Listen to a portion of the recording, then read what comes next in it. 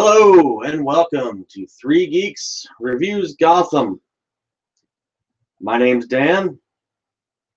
Hi. His name's Jimmy. He doesn't like Gotham. Okay, the show sucks. We're done, right? No.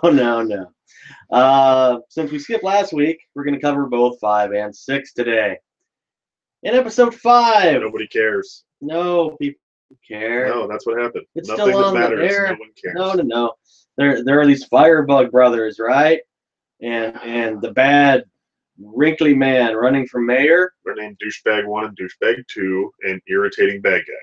Yeah, so okay. Irritating bad guy, who we learned maybe the episode before, or no, it was the end of that episode. Yeah. We learned that he's actually the descendant of some dude that the Waynes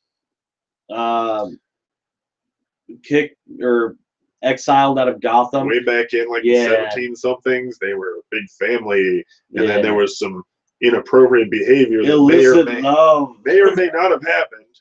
So he killed, went to Europe. And then they went away, and everybody's angry, and he's got a grudge forever. To a monastery.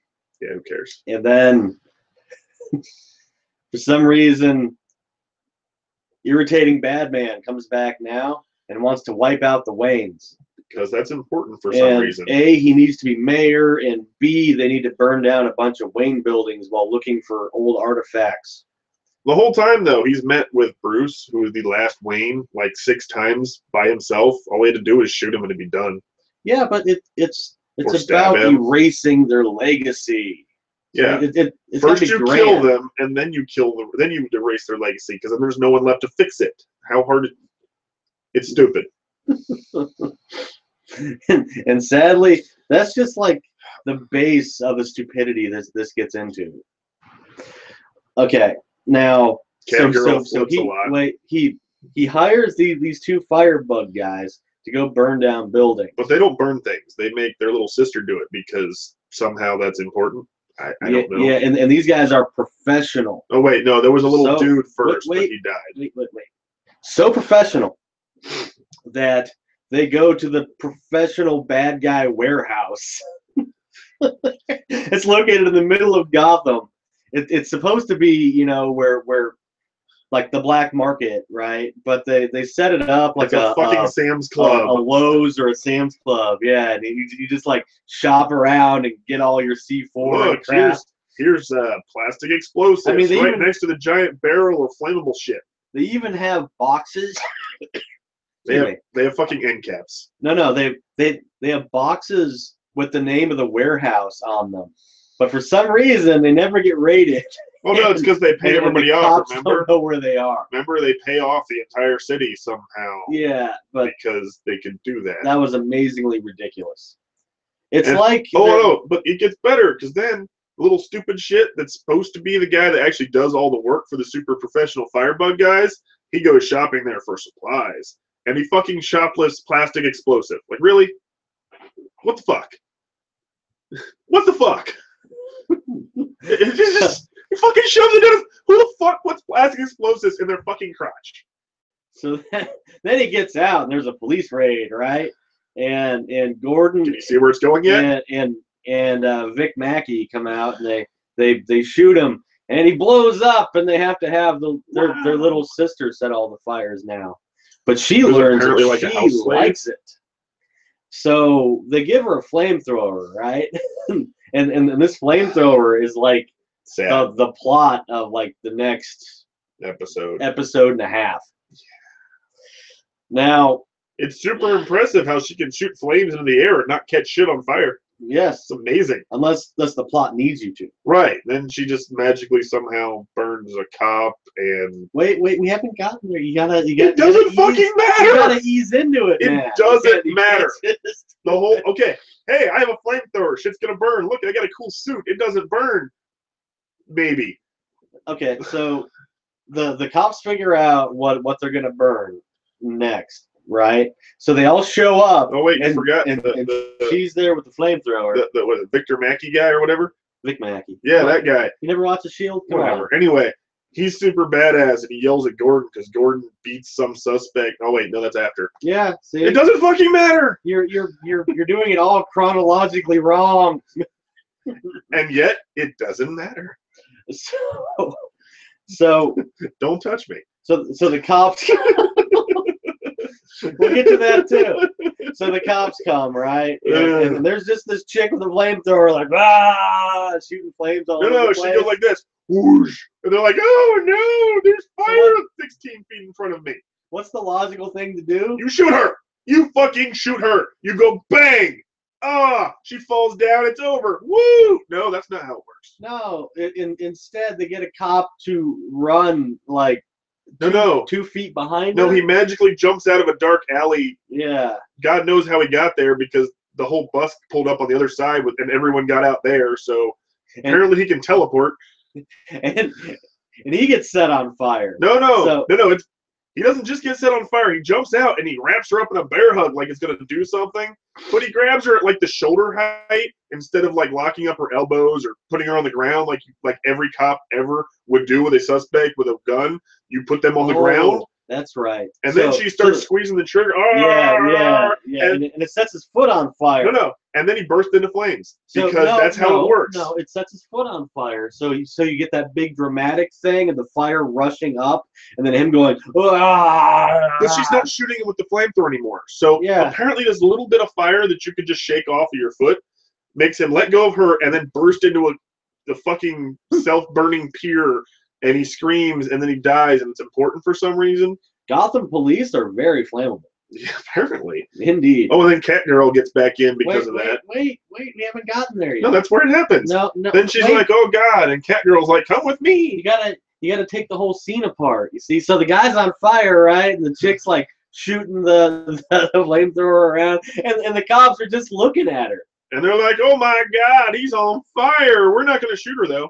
They're like the robots in the Punisher Black Widow thing that we did on Animaniacs. So they just stand there while everybody else does something. So the conclusion is that the Gotham police force are highly flammable, and anytime one of them is hurt or in danger, they all freeze because reasons. And this is apparently why like none of the like high society functions ever bothers to ask the cops to show up and guard it. Because they're worthless! And they catch on fire. It gets on fire. So, I mean, who wants to ruin your nice, swanky dinner with cops on fire? Well, with the barbecue, it might smell nice. I don't know. What do they call that? Lump pig or something? So then we go to this last episode here, episode 6. I think. Oh no! Catgirl said, "Come with me. I'm going to save you, and you're my friend for no reason apparently because we grew up together, and I'm going to save you because I have to be in this show somehow." Yeah, and watch me do flips for no reason. So then, again and again, and then another one because reasons. So in episode 6. Oh, and then Penguin lops off Butch's hand. That's like the only part of the show that I'm actually enjoying is Bob. Butch, whatever. The dude is cool. I like him. I don't like Penguin. I just like him. Now I see why you make your own names for things. Bob is amusing. There's Bob and... See, Bob gets his hand chopped off, but he's still loyal. And then stuff happens and he gets cooler, which... Yay. He's at least interesting. I mean, so he's got a fun twitch. He's like, but he lops off his hand so that Butch can go and figure out where the Penguin's mom is because she's still in that same room yelling. Don't forget, annoying bad guy has Penguin's mom, and that's why Penguin's working for him. Because Penguin's a mama's boy, I guess. Oh, yeah. Penguin's very much a mama's boy, which kind of downgrades everything else he does on the show. I mean, it's cool to have your villain have, some flaws. Yeah, but a better one. Jesus. I mean, you could do it a little better. It's just every time they bring up his mom, he flies into a rage and starts crying. And also, they keep showing us this video of his mom that's a live feed, but it's the same fucking thing. It's so painfully obvious that they filmed like 5 minutes with this woman and then sent her home and didn't bother to film anymore because it's the exact same thing. They're like, oh crap, we need some more for this episode. 3 episodes in a row now. We see mom going, hello, help me! There's a camera. Let me get closer. I can't refute this. It's a fucking loop. I honestly thought it was just like the show. It goes on and on. I actually thought it was intentional until this episode because I'm like, oh look, they don't actually have her. She's already dead. They're fucking with the penguin, and it's a loop, and he's gonna figure it out. Apparently not. Or maybe. Well, it could still go that way, but I'm not sure. I mean, why would he have this feed in his office still if she's dead? Well, that's the thing. It doesn't either way. It makes no sense. But at least if she was already dead, and it was a loop. At least that'd be some sort of effort shown. One thing about really annoying bad guy. He's annoying. I kind of like the idea that he just has random people around his penthouse.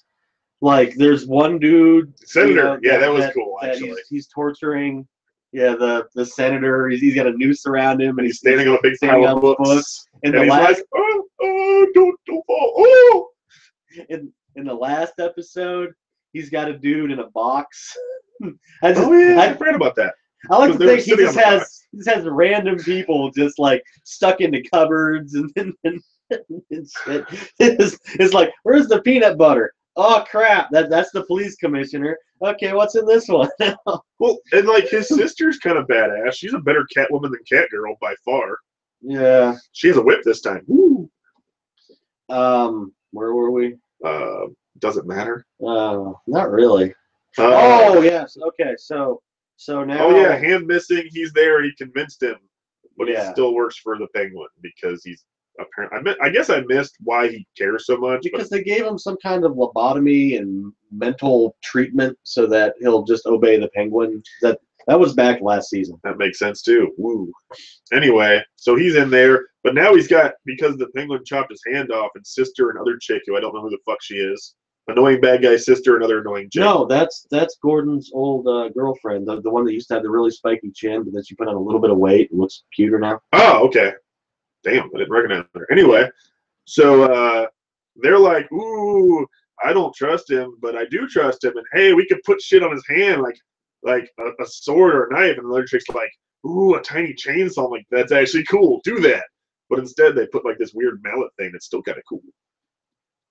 I like him better with the mallet hand. It makes him look like a real bad guy. Like, mallet hand. It's neat. It's a big fucking cast irony looking thing. It makes him look like a reject from He-Man. It does, but it's happy anyway. And it's got this how does he get the suit coat on? I mean, does that come off and then he puts the suit on and it goes? Okay. It don't have to, but it's got this weird little ball on the bottom side, and I don't know what that's about. Yeah, well, we're probably never going to get to see that. Yeah, well, I was... Yeah. That was like the only part of the show that was kind of cool, was that and the hand and stuff. But also happening in Gotham, the fire chick's still running around because the cops can't shoot her. And Catgirl's still trying to help her. So they go to this. It's a horror auction. Horror house auction. No, it's a horror. Oh, okay. It's a prostitute auction. Okay. Where they sell. They have pimps, I guess, who are bidding on girls to come work for them as slaves, but they're really sad. It's like the cheapest pimps ever. They've got two chicks on the stage, and they started $800 fucking dollars. We'll get to the Jesus pimps fucking later. Christ! Oh no, it gets better. Yes, it does get better. Okay, so they break into this place, right? Full of these bad, scary pimps, and I guess they're heavies. And Catgirl's like crawling across up top where apparently no one can think to look up because she's in plain view. And like flamethrower chick just comes out and starts shooting. No. First cat chick does flips for no reason and lands on the auctioneer guy as he's about to get more chicks out of the cage. Yeah, and then steals his gun and shoots it in the air. But doesn't shoot him. Also, before this, right before they came in, excuse me, I'm belching. she makes a big point of explaining to Flamethrower Girl that we're not worried about these girls that are being sold, and she's like, oh, but we have to help them. And she's like, this is about helping you. And she's like, but no, pretty much. Does that sound about right? Yeah. Yeah. So then she's doing all this, and Flamethrower Chick's nowhere to be seen. And then, what are you gonna? Hey, shoot her! And this dude pulls a gun out and points it at her. And then Flamethrower Chick magically appears on the catwalk right next to her and shoots fire at him. And the dude just goes, "Oh, I'm sorry." And he puts his gun back. It's like, what the fuck? There's a chick shooting fire at you. Fucking shoot her! You're already pointing at her. Oh no, fire! I won't do anything now. It's sad. Maybe everybody in Gotham is like a pyromaniac, and if you show them fire, they just go, ah. No, that doesn't make sense either. Because everyone's afraid of the fucking pyro guys. That's true. Like, they've got a whole... There's a whole gang of... What do they call them? Sparkers? Flamers? Yeah. Whatever. Flaming sparkers? I don't know. That may have made the episode more amusing. It doesn't matter, but apparently there's like a whole niche of bad guys whose sole thing is to set shit on fire. And they all have scars too for some reason. That's right. Oh look, my phone's ringing. Can I go now? No. I don't want to talk anymore. Make it stop. Okay. Okay.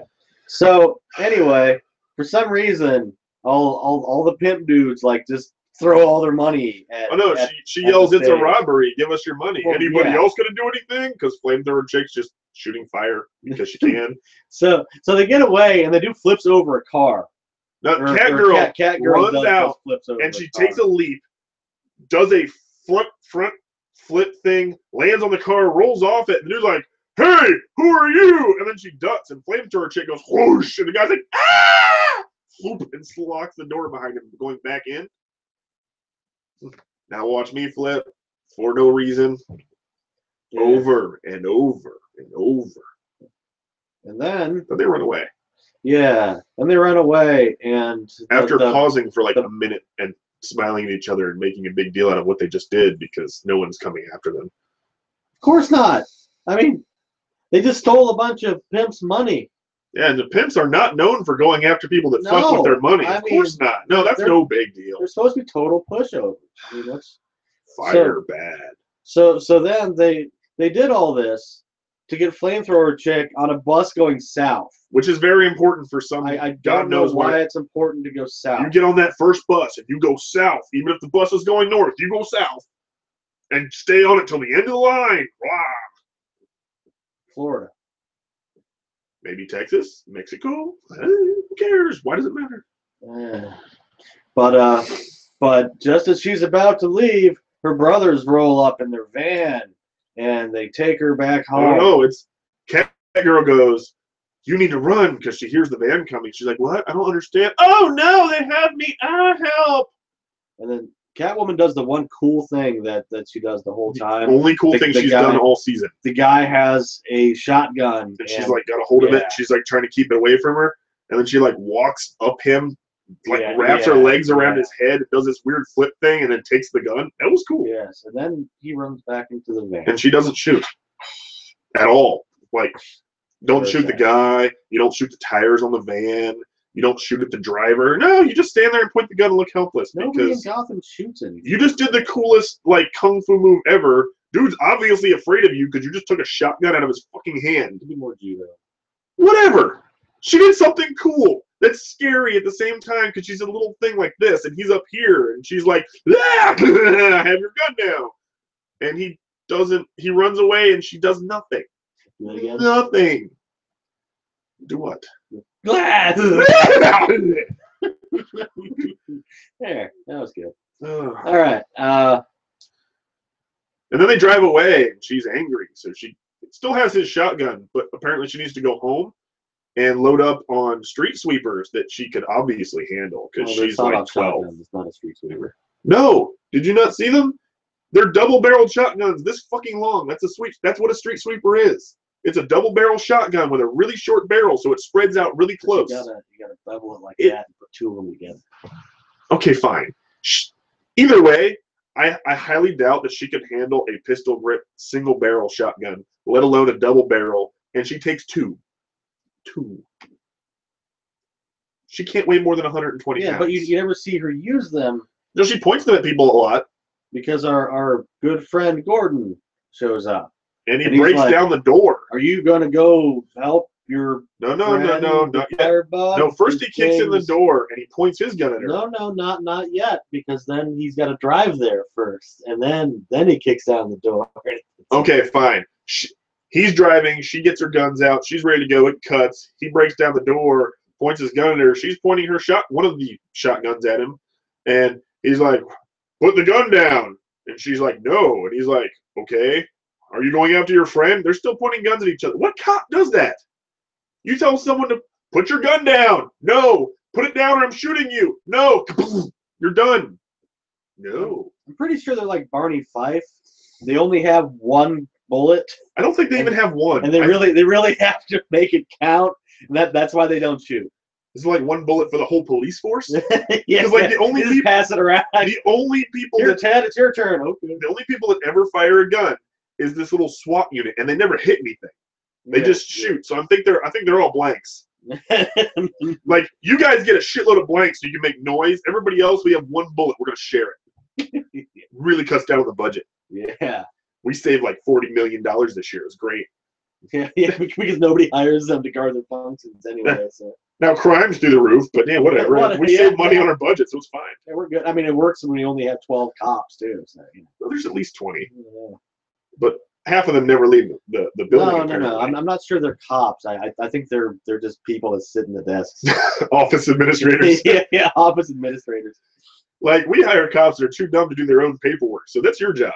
Yeah, they got 5 people manning the switchboard. Do they even have us? I've never heard the phone ring once while they're in the office. Well, it's an old-timey office. You can't ruin the mood by having phone ring.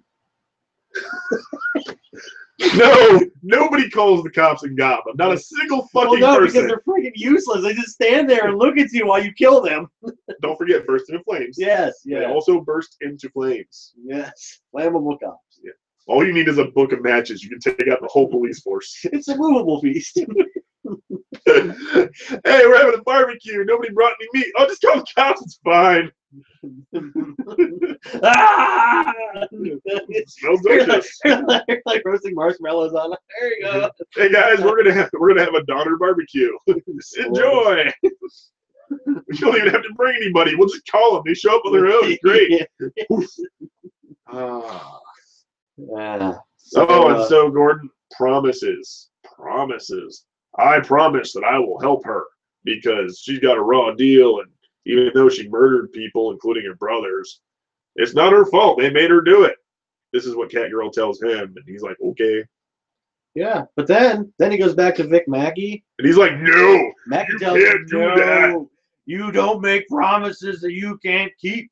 This is war, but we follow the rules anyway because, yeah, that's what you do in war. I just move the plot. That's all I do. My job is to make him conflicted so that you can see that he's trying, but he doesn't know what to do, and then he can evolve as a character. And at some point, you might even give a shit about him. Yeah. Yeah. He's always angry and yelling, too, for no apparent reason. It's pretty much Michael Chiklis. Yeah, but it's...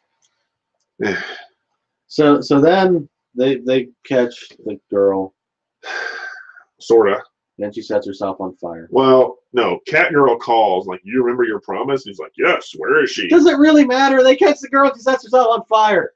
No, it does matter, because she goes back to the Pimps and Hose place. Pimps and Hose. Where they're doing the auction for the hose.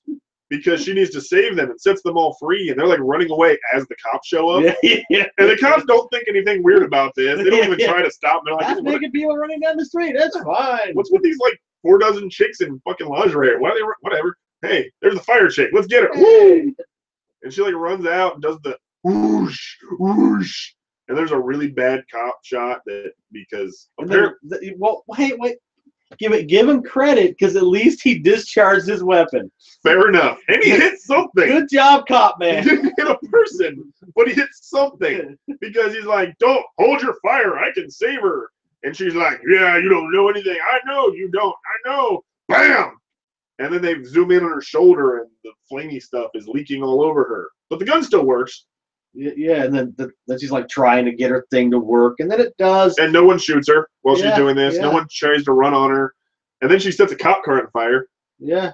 Which I love this flamethrower, because one point in the show, she shoots it directly at a guy who's maybe 15 feet away. Yes. And it sets the back of his coat on fire. He takes it off. And, I'm sorry, and he's done.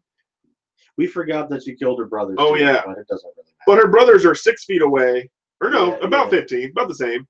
And she shoots it at them, and they instantly go up in a barbecue engulfed in flames and burn to death, except not to death. Because the one like wakes up long enough to scare a cop who says they smell like barbecue, which is why I keep talking about cop barbecue and long pig and shit. Sorry. Yeah, it was dumb. Yeah. So she dies, but not really.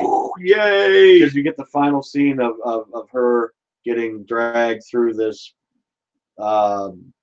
weird hospital kind of thing.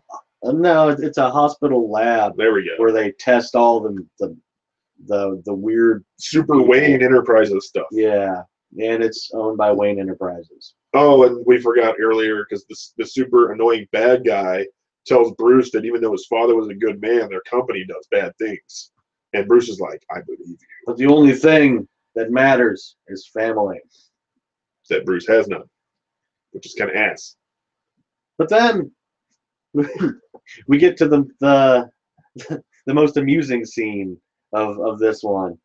You've got Nigma and his girlfriend, the cop Filey lady. What? Oh yeah! Yeah. I forgot about You that. just wipe that from your brain. You're like, no. I make an active effort to delete all of this from my mental capacity the minute it's done showing. It's right there. I know. Why are there twin towers? Make it stop. It's like, ooh, we're like New York City, but we're not New York City because then we get in trouble for using New York City. Was it supposed to be called Gotham? We don't get in trouble. Anyway, so you get the Riddler, proto Riddler. There we go, and his girlfriend, and after having sex. Oh, hold on. Earlier on, he like eavesdrops on her, and she's like, I like him. I'm scared of what's his nuts who he killed earlier. Yeah. But he's so nice, almost too nice. And he's like, oh no. He's like, I like a guy with kind of a bad side. He's like, ooh, I can do that. So yeah, so then they're talking, right? And she's like, I'm afraid of my old cop boyfriend guy whose name I forget. Doherty. Yeah, sure. It's T something because they make a point. Tom Doherty, maybe.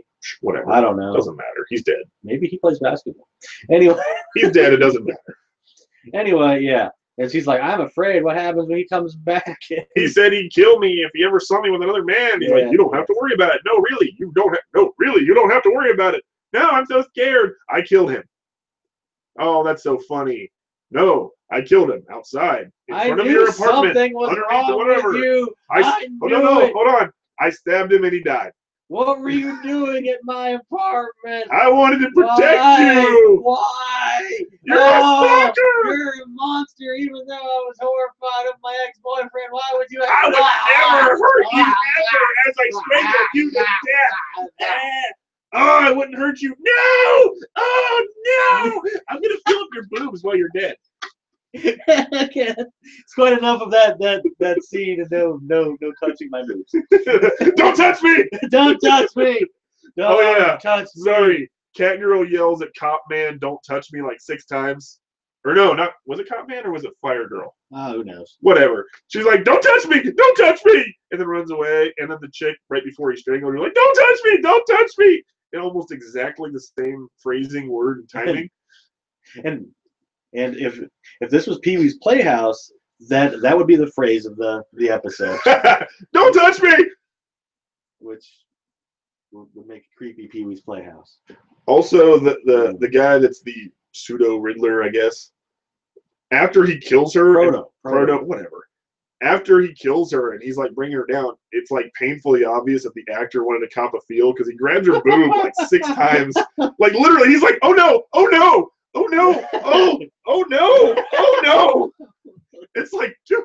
Oh my. It's like, I can picture, like, as soon as they go yell cut, she just stands up and, like, smacks him on the face, like, you fucking asshole. Swap!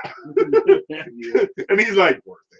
Oh, speaking of actors, did you notice that in the one scene where they're really annoying bad guy and his sister are talking to Butch, when they start walking towards him, she stumbles on her heel. Oh, I did. It was just a little wobble, but yeah. It was like, whoops. We'll just leave that in there then. Oh, yeah, and when super annoying bad guy, he kind of figures out that now club hand guy is still working for the Penguin, and he's like, brings his sister in, and she's wearing this really nice outfit, and she has a whip, and she's like, I'm going to help you. And, like, wraps it around his neck and, like, chokes him out. Yes. That was cool. Yeah. And kind of and interesting. I'm like, that's why she's a better Catwoman than Catgirl will ever be. So in 2 episodes, there were about, I'd say, like 4 good scenes. I think you're being generous. I don't know. Because there's the whip scene is kind of cool. There's the Catgirl stealing the shotgun. I can't think of anything else that was actually cool. Any time where Michael Chiklis is yelling, I like. See, I don't find that cool though. It's just like, yay, he's being the guy from the show. Yeah, but it makes me think of a better show than the one I'm watching. So yeah, but it doesn't make it good scene. It just makes you happier because you're thinking of something else other than Gotham.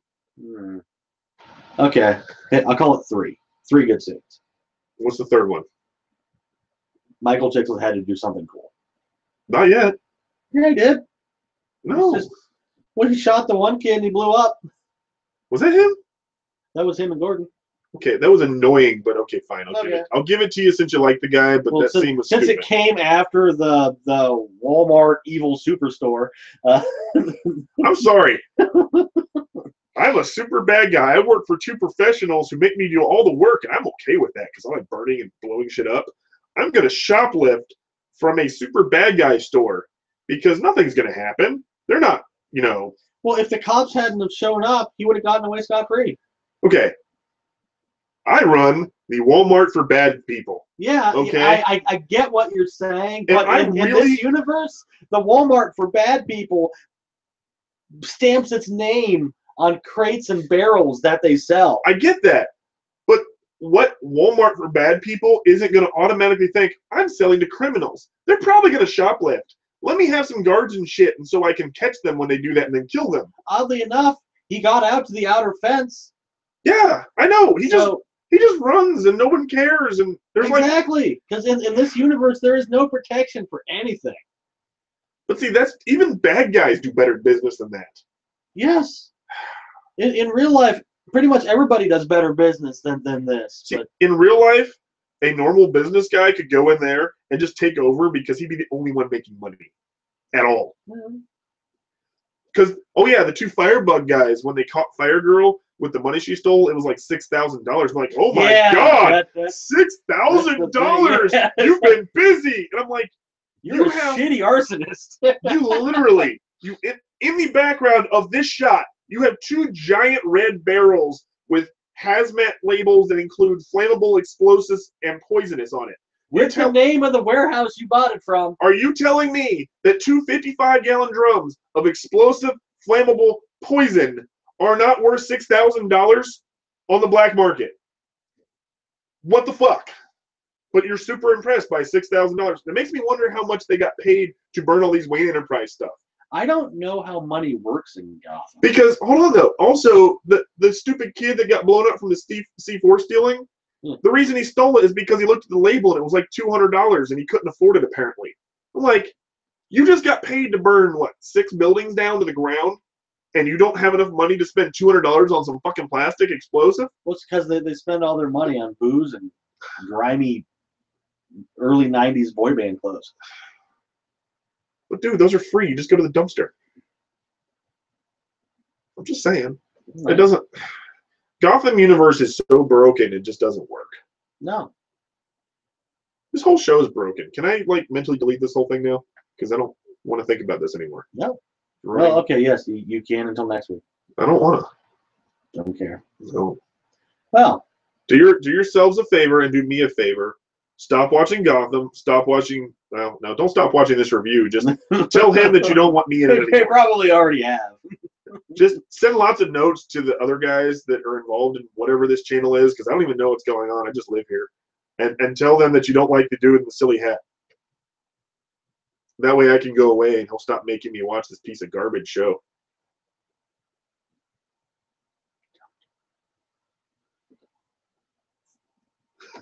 Anyway, the Three Geeks. I'm Dan.